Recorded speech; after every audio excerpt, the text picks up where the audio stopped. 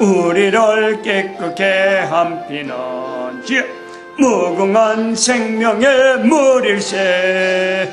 생명을 구원한 친구들 하나님 찬양을 합시다. 아멘. 예수는 우리를 깨끗게 하시는 주시니 그의 피 우리를 눈보다 더 희게 하셨네. 아멘.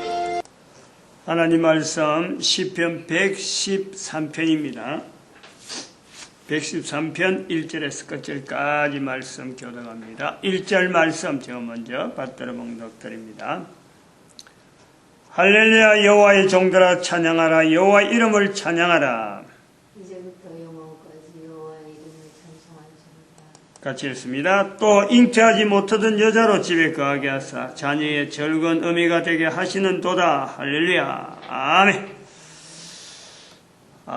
시편 113편에 있는 말씀에서 지금 인류 사이에 5.18 민주화 운동에 대한 어떤 결론적인 내용을 표현하고 있지 않나 이래 봅니다. 해 돋는 데서부터 해 지는 데까지 3절에 이 내용은 해 돋는 데라 하면 동쪽이죠. 이거는 불변이에요. 지구라고 하는 것 자체가 있는 동안 이게 불변이라 동쪽이 해 돋는데 해 지는 데는 서쪽입니다. 그러면은 아시아라 하는 이 큰 대륙 아메리카가 발견되기 전까지만 해도 전 인류는 해 돋는 데를 대한민국으로 바라본 거예요. 이거는 우리가 인정하든 인정하지 않든 역사에 기록이 돼 있든 돼 있지 않든 지구라는 구조가 그렇다는 거예요. 우리 대한민국이 땅덩어리에 해 돋는 쪽이 있다. 누가 그걸 아이락하겠어요? 그러면은 요 내용에서 해 돋는 데서부터 해 지는 데까지 동쪽에서 서쪽으로 이래 되는 거예요. 그럼 대한민국만 내문에 보면은 이쪽에 보면은 영남 지역에서 호남 지역 이렇게 되는 거예요. 지금 강원도에서 경기도로 저쪽에 북쪽에서는 이쪽이 어디든 모르겠는데 항해도 이쪽이 강원도 이쪽이 모르겠어. 그쪽 지역은 내가 워낙 몰라요. 초등학교 때 배운 그 정도. 함경남북도가 저 끝에 있고 그 다음 밑으로 평안남북도, 황해도 여기 있는 걸 알고 이쪽에 있는 건 잘 모르겠어. 동쪽에. 아무튼 그렇다는 거지. 지금 구조가. 근데 이 끝에 보면은 그게 어쨌다는 거냐 하면 9절에 보니까 잉태하지 못하던 자로 집에 거하게 한다. 잉태하지 못하는 처지에 있다가 잉태하는 현장으로 바뀐다 이거예요. 다시 말하면 서쪽에 있는 자가 이제는 회복한다 이런 뜻이 된다 이 말이에요. 그걸 지금 여기 이번에 5.18 광주 5.18 민주화 운동에 비추어 보려고 제 모습이에요. 제가 그렇게 하려는 거예요. 그런 의도가 있다는 거죠. 5.18 민주화 운동 이름 석자로 이렇게 딱딱 붙어있는 단어 석자로 되어 있는 이 5.18 민주화 운동이란 이거는 철저하게 우리 국가 현재 체제에 대한 것을 철저하게 반한국적인 내용을 그야말로 한국에서 쓸 수 있는 언어로 바꿔난 그런 정도밖에 안 된다 이거예요.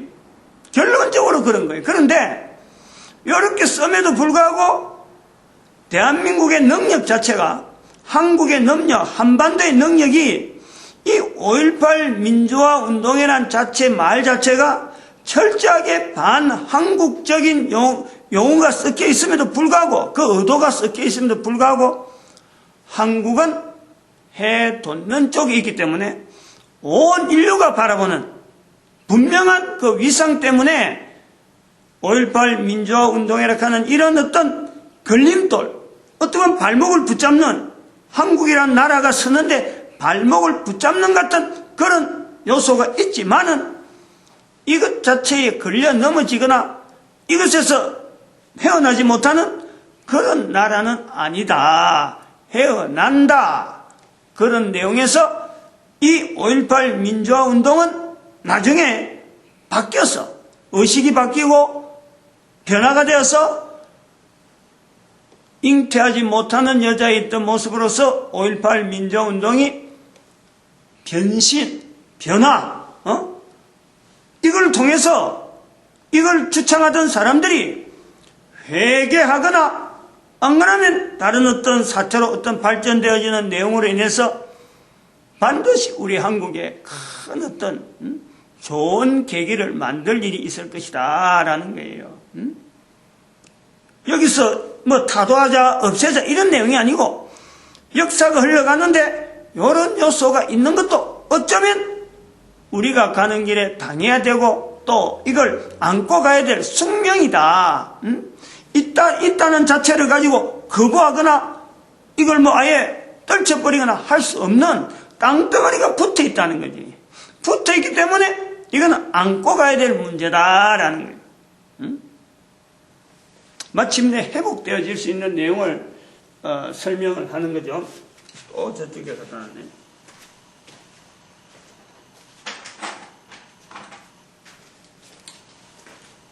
할 때마다 이거 이쪽 저쪽 번갈아가면서 하다 보니까 지난 시간에 김대중 전 대통령이 민주화 추진 협의회 회장 대표 있었다는 그 의미에서 5.18 민주화 운동에 있는 민주화와 민주화 추진 협의회가 가지고 있는 그 이름의 민주화는 동일한 의도라고 볼 수 있을 것이다. 그리고 지금도 정치권에서 민주란 말을 쓰지 않고 민주화 과정 이 말을 많이 쓰는 거예요. 그 민주화 과정을 쓴다. 민주화라는 단어를 독립적으로 쓰려고 애를 써서 민주를 구분해서 민주화를 꼭 집어넣으려고 하는 그런 사람의 그 내용에는 분명히 김대중 전 대통령이 1985년에 민주화 추진협의회를 맡아 나갔던 그 내용을 비춰보려고 하는 분명한 의도가 있을 것이다. 거기에서 우리가 5.18 민주화 운동의 민주화라는 단어가 왜 거기에 꼭 있어야 되느냐 하는 어떤 표면적인 내용을 본단 말이에요. 그 이면에는 민주화라는 그 말 이면에는 지난번에 있었지만 저는 칼럼, 4가지 칼럼,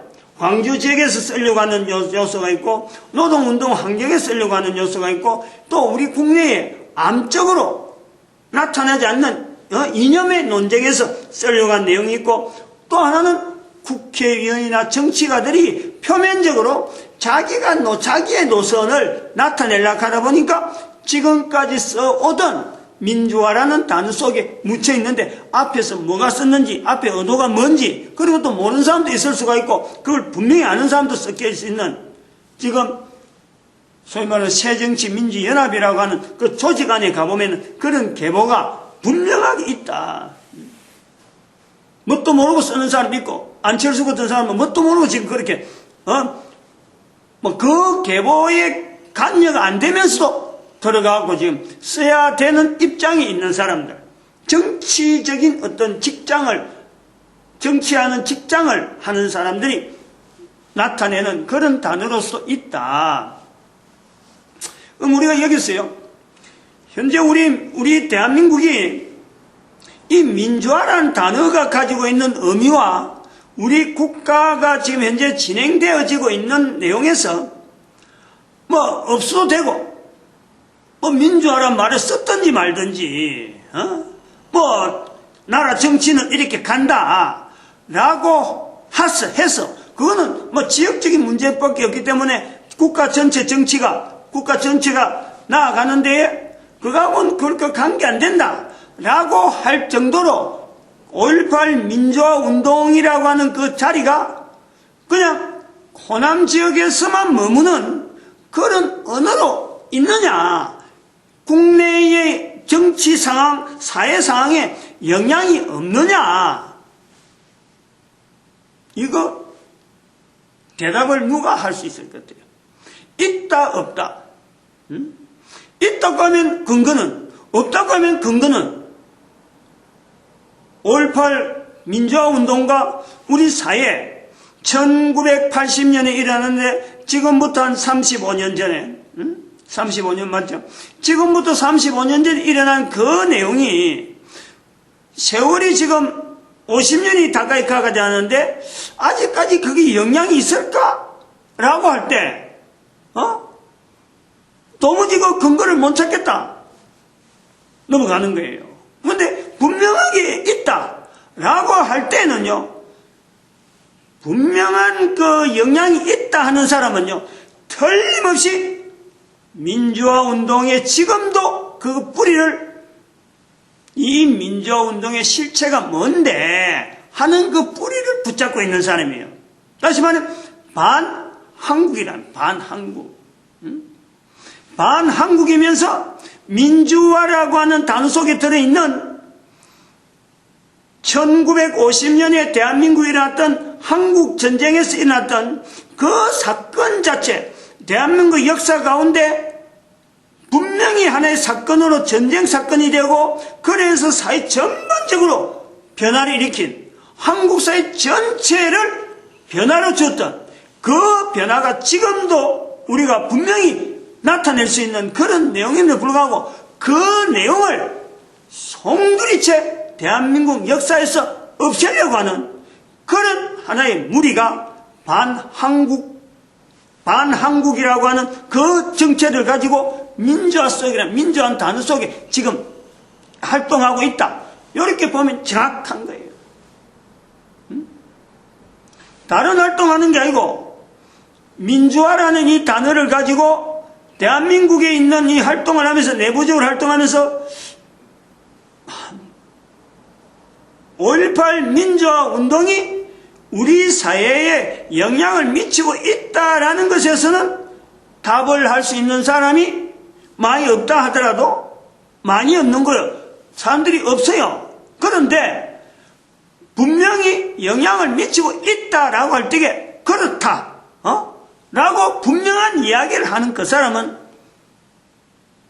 우리나라에 아직도 반한국적인 정서를 가지고 반한국적인 이념을 가지고 1950년부터 뭐 그전에서부터도 뭐 가능하겠지만 적어도 1945년부터라고 할 수 있는 1945년 우리나라 대한민국이 1948년부터 건국이 되어지는데 어쨌든 해방되어지는 광복이 일어나는 1945년부터 지금까지 되어지는 우리 역사 가운데 1950년에 일어났던 그 공산진영하고 전쟁이 일어났던 자유진영과 공산진영의 전쟁이 일어났던 한국 전쟁 자체에 대해서 그로 인해서 발생되어진 사회 영향 자체는 송두리째 부인하려고 하는 세력임에는 틀림없다.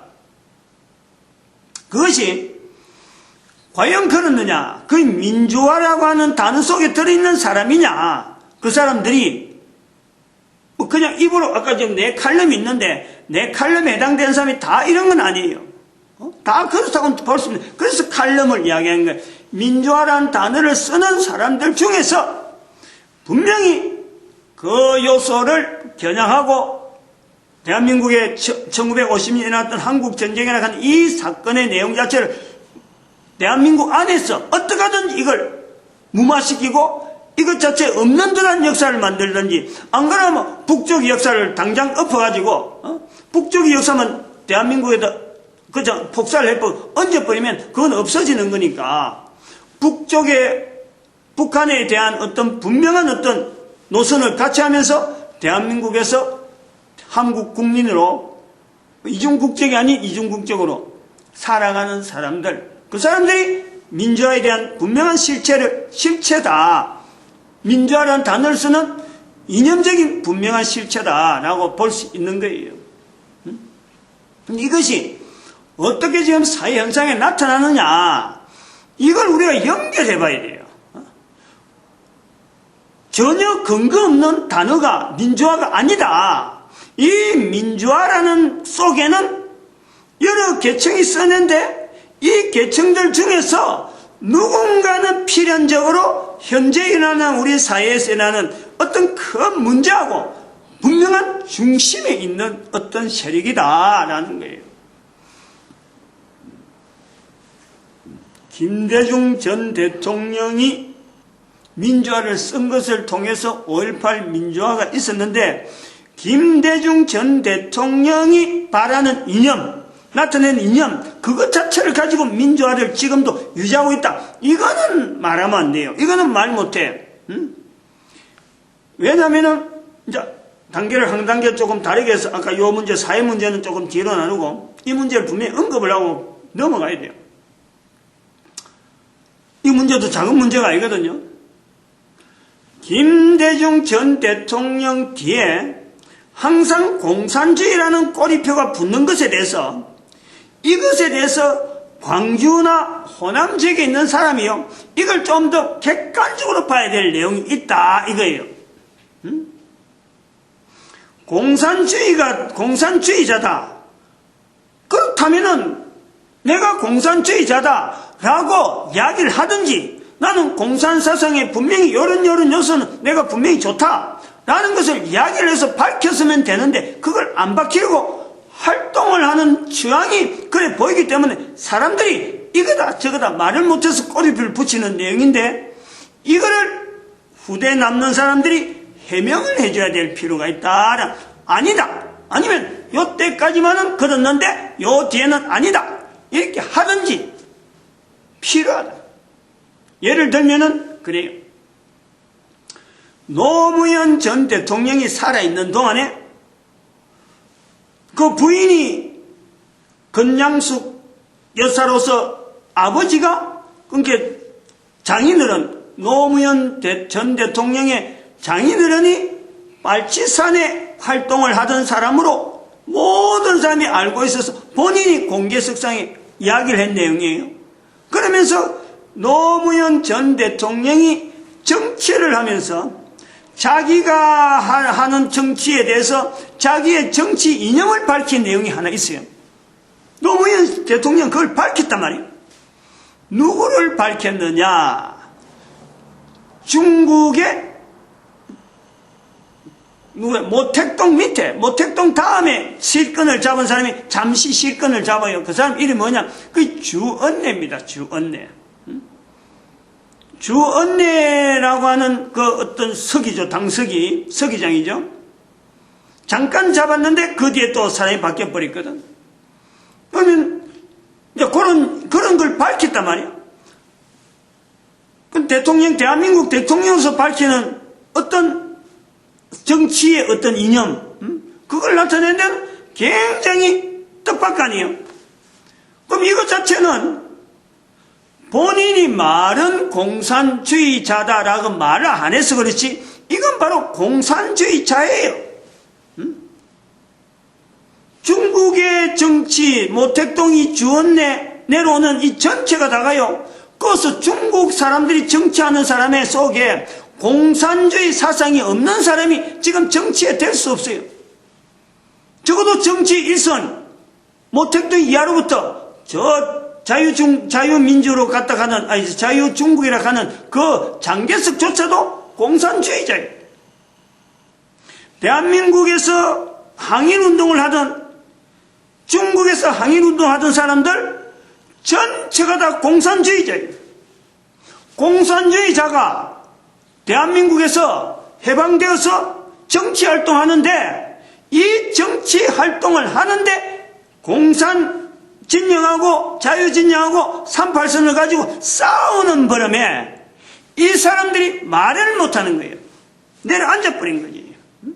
전쟁이 없었으면, 소위 말하는 1950년에 전쟁이 없었으면 대한민국에는 공산주의라고 하는 이 내용이요, 남이나 북이나 서로 간에 나는 공산주의다, 나는 어떤 민주주의다, 나는 무슨 주의다, 이런 주의가요 아주 팽배하게 나옵니다. 아주 극단적으로 서로 싸울 수 있고, 곳곳마다 혁명이니 거사니 운동이니 이런 내용이 판을 치는 거예요. 그런 세월이 되는 거예요. 우리나라 가는 이 판에서 저 구라파나 다른 나라에서 뭐 데모하고 붕괴하는 이런 거, 우리가 뭐 독재 정권에서 학생들이 나와서 그러니까 뭐 독재다 했지만요. 실제로 6.25 사변이 없었다면 1950년에 한국 전쟁이 없었으면 우리나라는 곳곳에서 정부를 향하든지 자기 어떤 정당을 발표하면서 무력으로 사람을 죽이는 일이 지금 저 이슬람 지역에 나타나는 이런 사태가 우리나라에 이미 오래전에 있었어요. 그거 안 그렇다고 장담할 수가 없어요. 다 그래왔는데 그런 세월의 피를 흘려가지고 서양이라는 유럽이라는 어떤 국가 형태로 되어 있으면 지금도 그 국가 안에서 이념적인 어떤 대립은 항상 존재하고 있으니까. 그런데 우리는 6.25 사변 때문에 이 이념적인 대립이 종결된 거란 말이죠. 종결. 이걸 알아야 돼요. 이 내용을 우리가요, 국민들 전체가 받아들여야 된단 말이에요. 그런데 이 이념의 종결이 된 상태인데도 불구하고 이 이념이 되어지는데도 불구하고 그 잔존되어지는 국내에 있는 이 이념적인 어떤 흐름들이 여전히 활동하는데 그 이름이 민주화라는 이름을 가지고 나올 수가 있다라는 거예요. 가장 그 어떤 줄기 자체가 역사성이나 여러 가지 자료나 우리나라하고 지금 대치되어 있는 분명한 정황 자체가 대한민국에서 활동하기 너무 좋은 거예요. 다른 어떤 이념적인 대립은 들어오면 여기는 붙어 있을 근거가 없어. 왜냐하면 그 세력이 워낙 강하니까. 그 세력에 합류하든지 거기서 반발하든지 이거 알구나 하고는 튕겨 나오든지 그렇지 않으면 우리 대한민국은 이념적인 이 논쟁 때문에 조그마한 나라에서 지 나름대로 내가 최고다 하는 사람들이 얼마든지 나오는 거예요. 그런 중에서 노무현 전 대통령이 주언례를 이야기한 것 자체를 우리가 인정을 해야 돼요. 인정을. 이 사람이 공산주의자 색깔을 가지고 있구나. 이걸 인정을 해줘야 돼요. 왜냐하면 우리는 그만큼 성숙했으니까. 이제 새삼 저렇게 내가 공산주의자를 해갖고요. 그거 갖고 누가 이거 공산주의자 그럴 수 있지. 자기 이념을 밝히는 내용이라서요. 그거 갖고 우리 대한민국 법이 이게 왈가왈부 할 수가 없어요. 공산주의자를 가는 거하고 내가 북한에서 나타나는 그 내용하고 따라간다. 고마하고 있다. 이건 전혀 다른 거예요. 북한에 의한 지령에 의해서 움직인 사람을요. 공산주의를 하지 않아요. 그건 좀 다른 말이 나오잖아요. 이건 정북이라는 정북. 공산주의는 자기 개인의 이념이에요. 이렇게 해서 사회를 바르게 잡겠다. 1765년에 영국에서 나오는 그 산업혁명을 해서 사회가 이래 혼란한데 어떻게 하면 사회를 안정되게 운영하면 좋겠느냐. 그래서 여러 가지 발표하고 여러 가지 의견 내다가 공산주의라 하는 이 이론이 소수 사람들한테서 인정이 되어지고 어떤 것이 이해가 되다가 여기에 마르크스 이론이 개혁 이론이 들어가면서 러시아 혁명을 일으키나니까 그 큰 땅덩어리가 혁명이 되어지는데 공산주의로 혁명되니까 그때부터 공산주의 이론이 하나의 부각되어지는 거예요. 근데 그 이후로 이것이 폭력이 들어가고 다른 나라를 강제로 통째로 폴란드 침공을 해갖고 사람들을 인권 자체를 없애버리지. 그 다음에 헝가리나 이쪽에 들어가서 전체를 다 장악해버리고 하니까 유럽이 아주 긴장 상태에 들어가고 미국의 바로 밑에 쿠바가 우리도 공산주의 국가를 한다 하고 딱 하니까 미국이 얼마나 경계를 해가지고 안 그래 소련하고 대립이 돼 있는데 바로 코 밑에 쿠바가 공산주의를 한다 하니까 그것 때문에 핵전쟁이 일어날 정도로 소련하고 핵전쟁이 일어날 정도로 미국이 비상을 걸어나니까 그때서 이 공산주의 이론에 대해서 어떤 경계를 내려서 그렇죠. 경계 대상이 아니에요. 이론이니까 이론, 논리니까 자기 생각이니까. 그런데 여기서 공산주의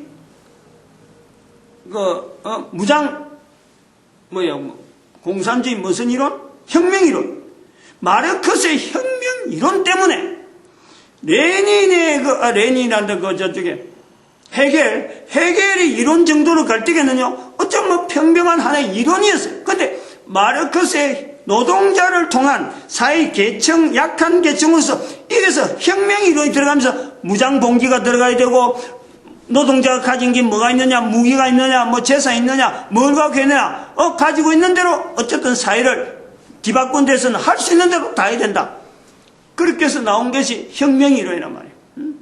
그것 때문에 긴장을 하게 되는 거예요.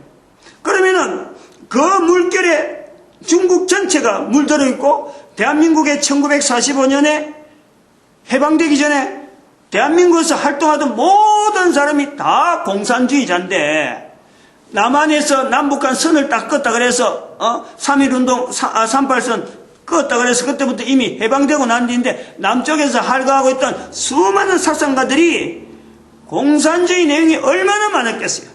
거기 다 걸러지는 내용이 우리나라의 한국 전쟁을 통해서 또 발치산의 어떤 여러 가지 활동들이 또 이렇게 색출되어지고 정리되어지면서 하나의 분명한 근거지. 주 활동 자체가 힘을 잃어 있는 거예요.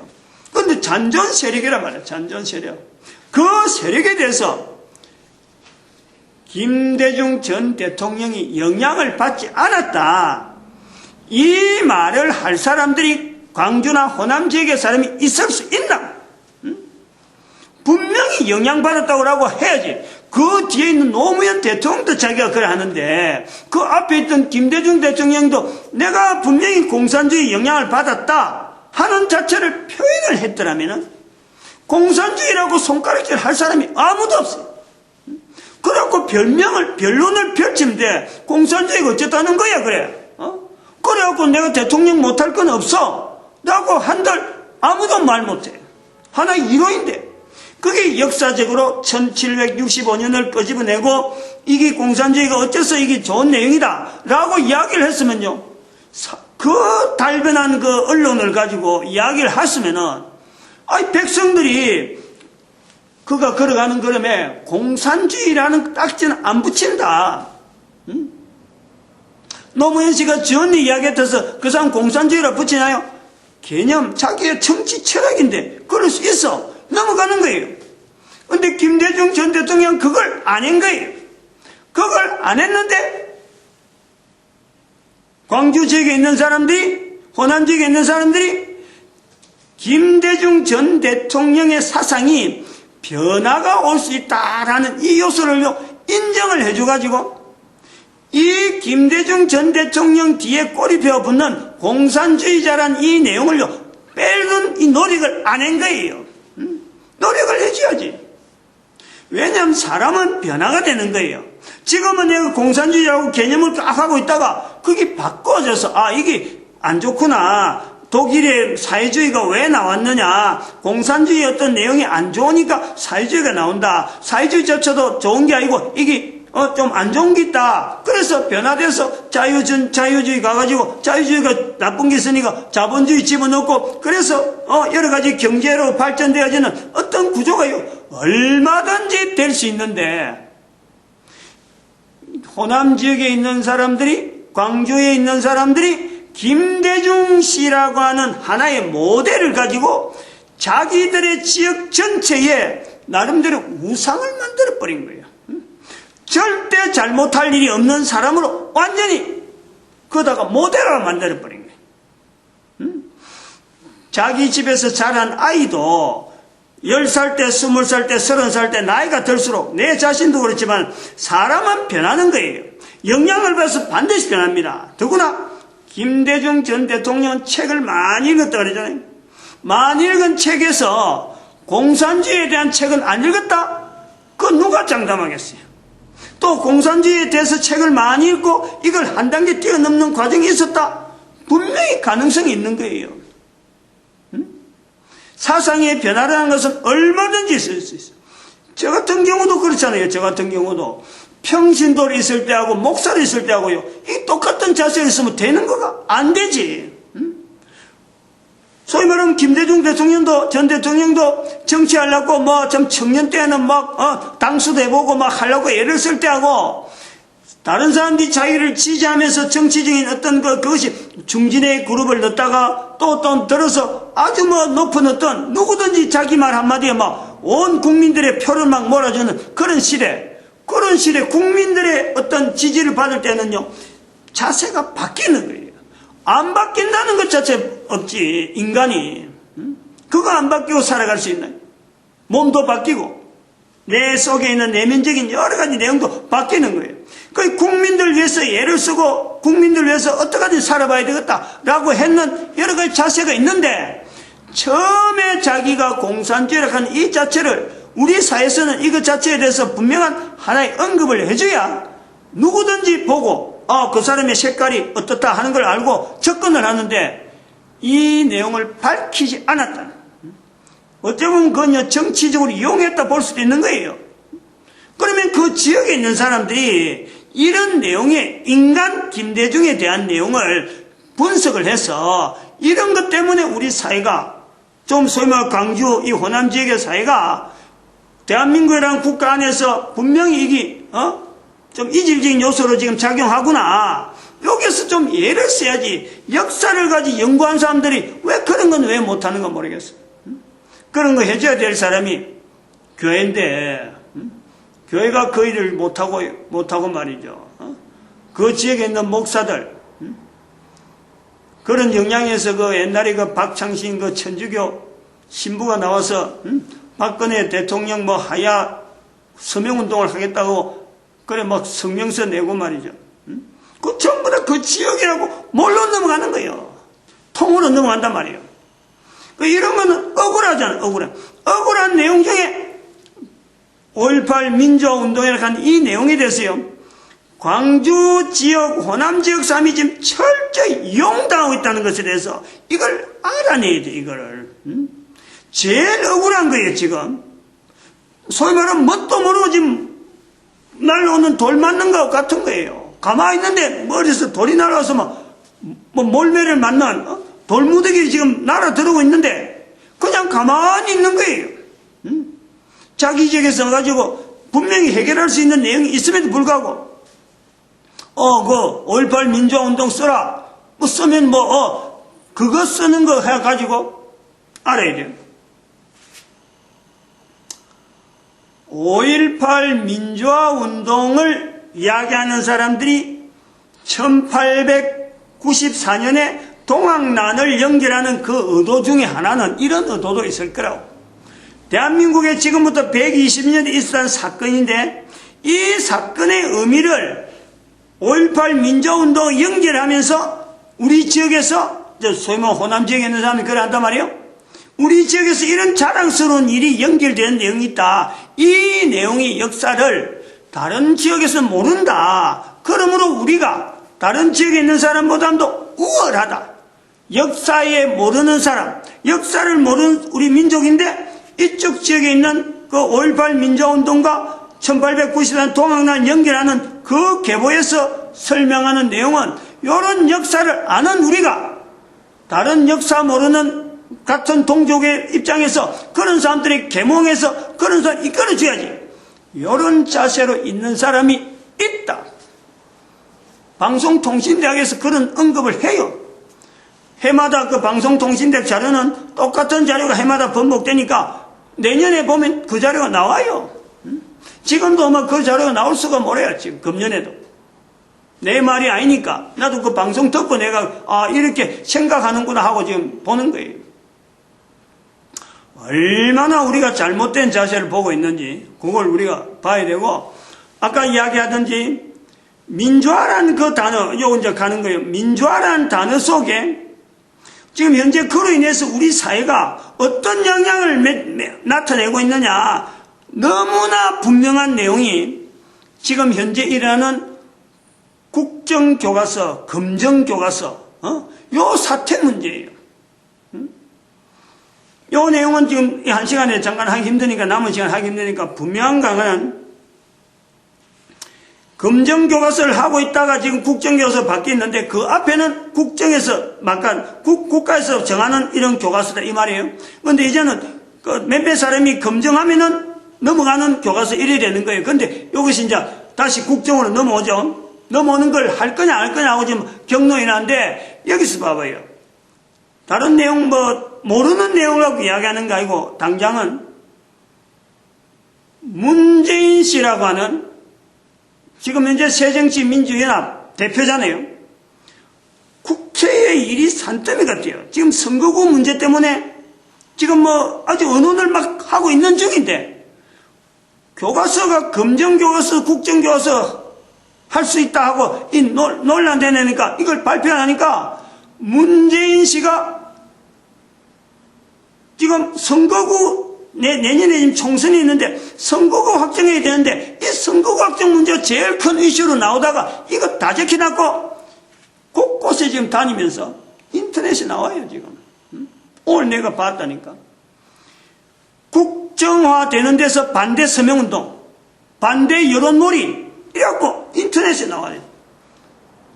지금 이게 어떤 내용인지 민주화라고 하는 이 내용이 현재적으로 표면적으로 보이는 내용이 뭐냐 바로 이 내용이라. 근데 이 국정교과서 이야기가 나왔으니까 제가 이 국정교과서에 대한 이거 지금 현재 나오는 표시를 한번 해주겠어요. 이거 같이 해놔버려야 이야기가 되지. 국정교과서에 지금 현재 지적되는, 소위 말하면 국정교과서로 갈 수밖에 없는 검정교과서를 하니까 이런 문제를 지금 하고 있다. 이런 걸 지금 내가 쭉 설계를 해갖고 열거를 해줄 테니까 한번 확인해봐요. 유튜브에 https 해서 점 찍고 유튜브에서 b에서 슬래시에서 대문자 UDK 대문자입니다. 그 뒤에 소문자 KJUYGM 아라비아 34 이게 주소를 치면 나오는 거예요. 자꾸 다음에 하면 되니까. 여기에 나오는 내용이 잘못해난 내용이 뭐냐. 지금 현재 검정교과서 문제된다 하는 그 검정교과서 내용에 어떤 내용들이 있느냐면 일본 항복의 결정적인 원인이 미국의 원자 폭탄 투하가 아닌 소련의 진격 때문인 것으로 서술되고 있다. 이제 여기 지적이고, 그 다음에 두 번째, 대한민국의 정부 수립은 국내외에 선포를 하면서 조선민주주의 인민공화국 수립을 연도까지 정확하게, 날짜까지 정확하게 한다. 그 남한은 정부 수립이다. 북한은 국가 수립이다. 국가가 확실히 됐다. 이래서 국가를 북쪽을 더 강조하고 있다. 이런 내용이고, 그 다음에 세 번째, 남조선 노동당의 제주도에서 활동하던 남조선 노동당의 남노당을 자익 세력으로 표현했다. 이건 저는 자세히 모르겠어요. 조금 이런 표현을 가지고 문제가 된다. 이런 내용이에요. 그 다음에 네 번째, 북핵 문제와 미사일 개발의 심각성을 알 수 없도록 북한의 어떤 주체적인 내용을 주체적인 내용으로 이렇게 만든다. 이 내용을 이야기하고 있고, 그 다음에 다섯 번째, 문익환 목사 임수경의 방북을 불법이란 언급을 하지 않는, 그냥 방북했다 이렇게만 하고 이게 불법적으로 방북했다 이런 말 안 썼다 이 말이에요. 그 다음에 교과서 자체에서 일괄적으로 제거되어 있는 내용이 뭐냐니까, 소위 말하면 검정교과서에서 문제된다고 하는 이 검정교과서 일괄적으로 제외되어 있는 내용이 뭐냐니까 한 8가지인데, 첫 번째, 1.1 사태 김신조 청와대 침투 자체가 기록이 빠지고 1968년도, 그 다음에 두 번째 울진 3척 무장공비, 그것도 1968년도에 내가 중학교 다닐 때니까 이것도 빠져있고, 그 다음에 세 번째 문세강 사건 1974년 이것도 빠져있고 내가 제대할 때인 거네 이거는. 그 다음에 판문점 독기만행 1976년 사건 빠져있고, 아웅산 묘역 이거는 전두환 대통령 시대잖아요. 1984년 이거 빠져있어요. 즉 북해상기 다 빠져있다는 거예요. 그 다음에 6번에 칼기 폭파 사건 1987년 이거 빠져있고, 그 다음 7번에 1, 2차 연평해전 1999년 2002년 이게 빠져있어요. 그 다음에 8번째 2010년에 일어난 천안함 폭침이 빠져있어요. 중요한 내용의 전체적인 내용이 뭐냐, 지난 시간에 내가 말씀했지만 현재 검정교과서에서 문제되고 있는 요소에서 빠진 내용은 소위 말하는 1950년에서 일어나는 사건 자체, 남북한의 공산주의와 우리 민족이 가지고 있던, 우리 대한민국이 가지고 있던 정체성을 나타내는 자유진영이라는 이거 공산주의를 대결했던 이 내용에 관계된 건 모조리 빠져있다. 그 내용을 빠뜨렸다. 다른 걸 갖고 씨름하는 게 아니란 말이야. 여기 바로 민주화의 정체성이라는 거예요. 민주화. 그게 반한국이라고 하는 이 요소를 가지고 우리 대한민국에 아직도 잔존해 있는 공산주의 혁명 이론으로서 지금 현재 활동하고 있는, 그게 표면은 안 나타나지만 노동환경, 노동운동 환경, 정교조가 그런 내용에서 영향받는 거예요. 그리고 한겨레 신문이나 또 교수들 중에서 몇 명들이 이런 내용 논리 속에 있는 거예요. 마치겠습니다. 기도드립니다. 할렐루야.